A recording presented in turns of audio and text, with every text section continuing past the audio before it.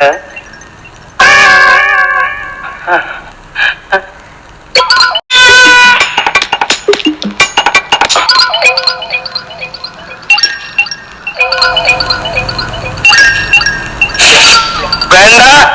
അടുത്ത് വരണ്ട. കാരണവരെ കുത്തും. ഓടെ എന്റെ കയ്യിലിരിക്കണേ. ഞാൻ ഇവിടുത്തെ സംബന്ധക്കാരന് ബാസുരയുടെ ഭർത്താവ്. എന്നോട് വേണ്ട, കളിക്കണ്ട. ഞാൻ പറഞ്ഞു.